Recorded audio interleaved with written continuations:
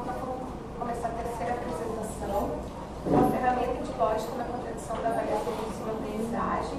O Rubens Guimarães vai apresentar para a gente, ele é do ITA. Bom dia a todos. Como já foi apresentado, eu sou o Rubens, sou aluno de pós-graduação do ITA, Instituto Tecnológico de Aeronáutica, lá em São José dos Campos. Meus professores orientadores, eu tenho orgulho de estar apresentando eles aqui, são os professores Strafazzi e o professor Tazinaro.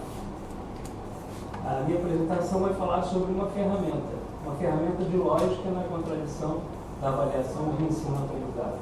Vou basicamente falar sobre avaliação. Bom, a agenda dessa apresentação é a seguinte. Primeiro eu vou falar sobre a importância da disseminação do conhecimento para pessoas com deficiência, em particular para os surdos. Vou falar sobre avaliação, um pouquinho de teoria, e depois falar sobre a avaliação juntamente com tecnologia. Depois eu vou falar um pouco sobre a base desse trabalho, que é a lógica paraconsistente, dentro desse contexto de avaliação educacional. Vou falar de um objeto de aprendizagem, que é um dos, digamos, produtos desse trabalho, que é o AS. E, finalizando, eu vou falar sobre alguns resultados e algumas conclusões. Bom, inicialmente vamos falar da importância da disseminação do conhecimento para pessoas com deficiência. Eu vou rapidamente falar sobre o que me motivou nesse trabalho. Na verdade, esse trabalho ele já vem de algum tempo.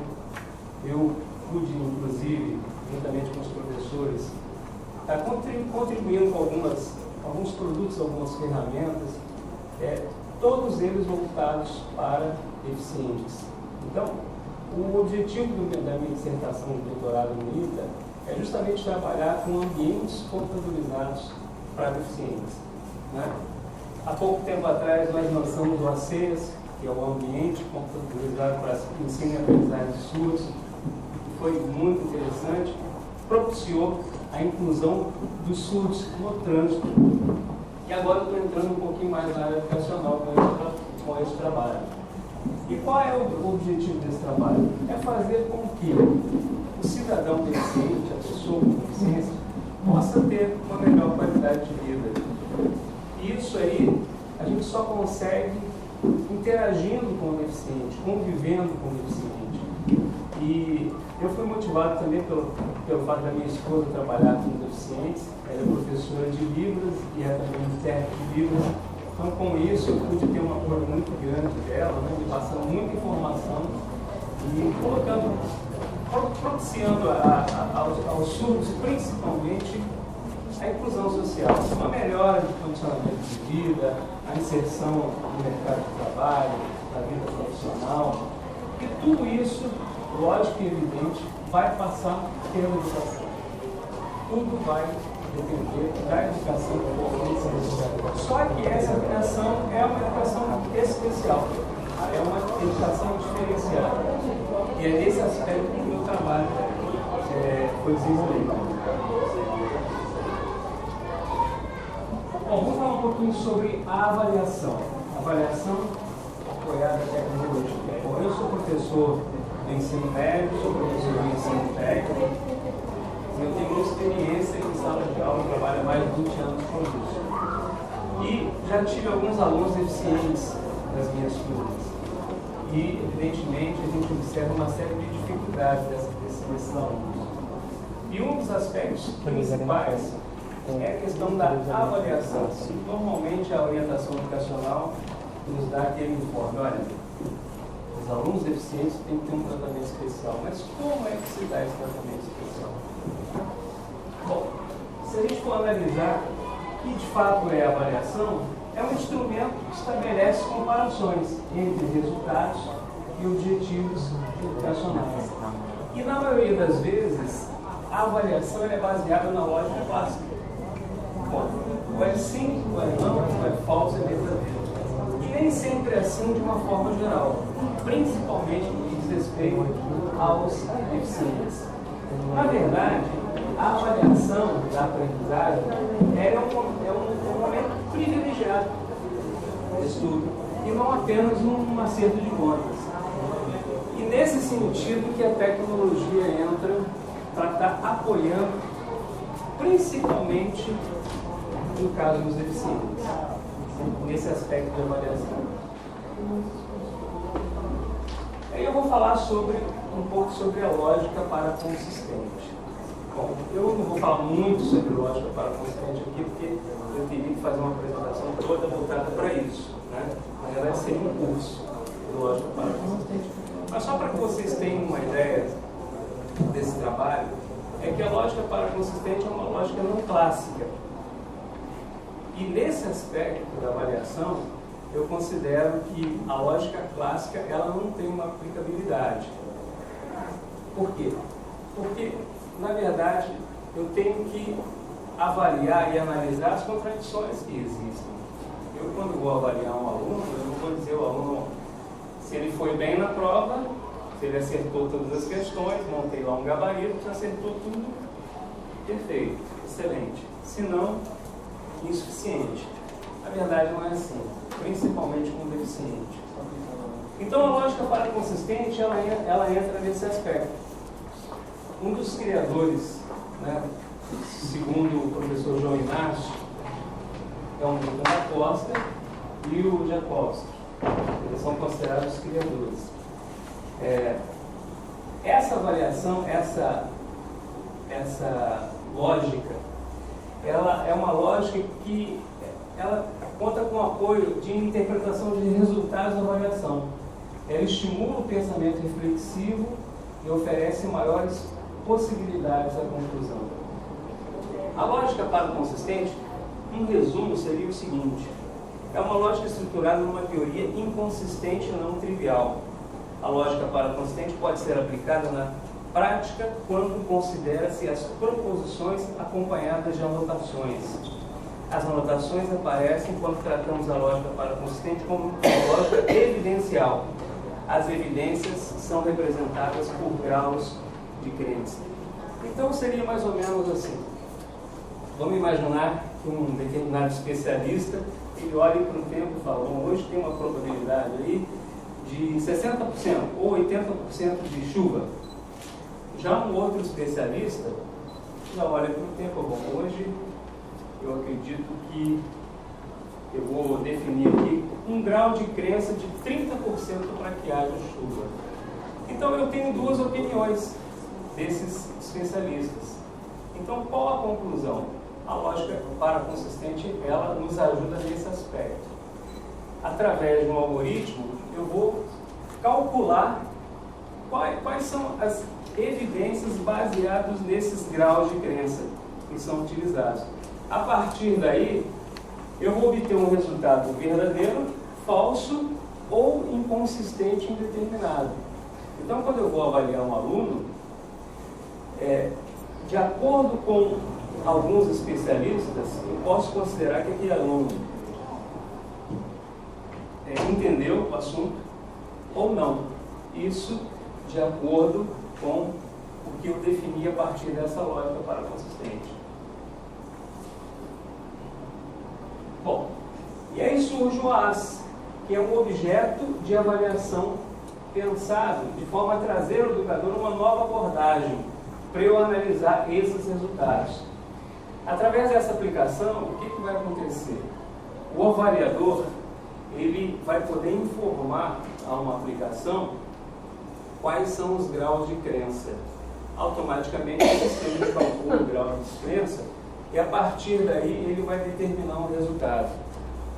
Bom, e esse resultado, como é que funciona? Esse resultado ele vai determinar o seguinte: olha, esse aluno depreendeu o assunto ou não. Então, a partir de uma proposição, o aluno depreendeu o assunto? Bom, a partir daí, vamos criar um exemplo aqui. Eu vou aplicar uma avaliação. A proposição é a seguinte: o aluno depreendeu o assunto?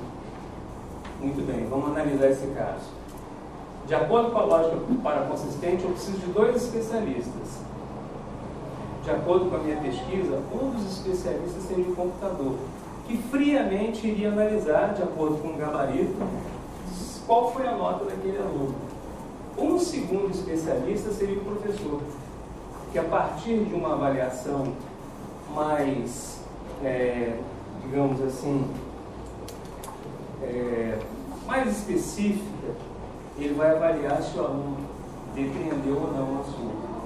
Com isso, o computador estabelece alguns graus, o grau de crença, e o professor também ele vai definir o seu grau de crença. O computador ele calcula, faz o cálculo, pode passar, a partir de um algoritmo, e aí ele define o resultado. Para eu definir esses valores precisam ser normalizados. Então, digamos, se eu estabelecer um grau de 60%, eu vou normalizar em 0,6. Se eu definir em 50%, 0,5. Então, os meus valores mínimos serão de 0 até o valor 1. A partir daí, o computador entra em ação.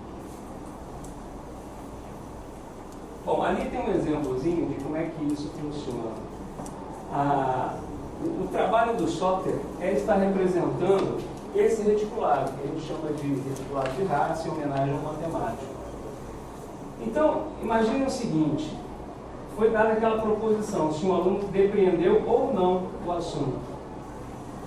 O sistema, a aplicação, ela vai calcular o grau de crença e o grau de contradição, de acordo com aquelas fórmulas que são apresentadas ali. No exemplo, eu tenho um grau de crença de 0,8 e um grau de descrença correspondente a 0,3. A partir daí o computador faz um cálculo a partir do algoritmo e ele encontra o grau de certeza e o grau de contradição.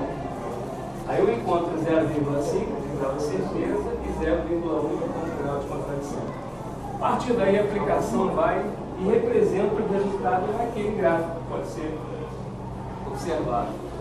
Esse gráfico ele tem alguns pontos extremos: falso, verdadeiro, inconsistente ou indeterminado.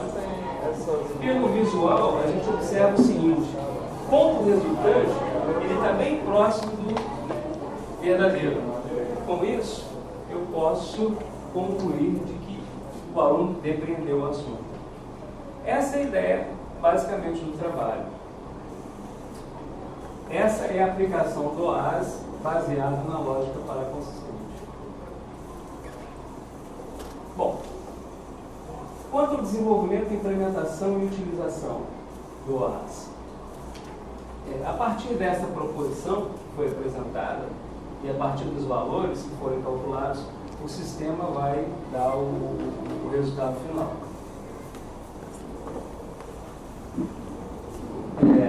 Ele é baseado... Você está voltando. É isso mesmo. Você está voltando. Tá aqui. Essa vai ser... Voltou. Tem que avançar isso. É isso? Não. Tem uma numeração ali embaixo. Vai no page agora.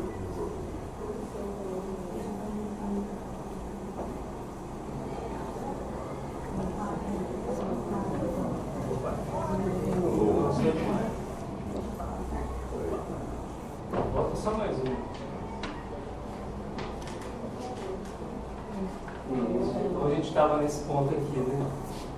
Então, nesse ponto aqui foi representado o resultado a partir de uma proposição. Tá?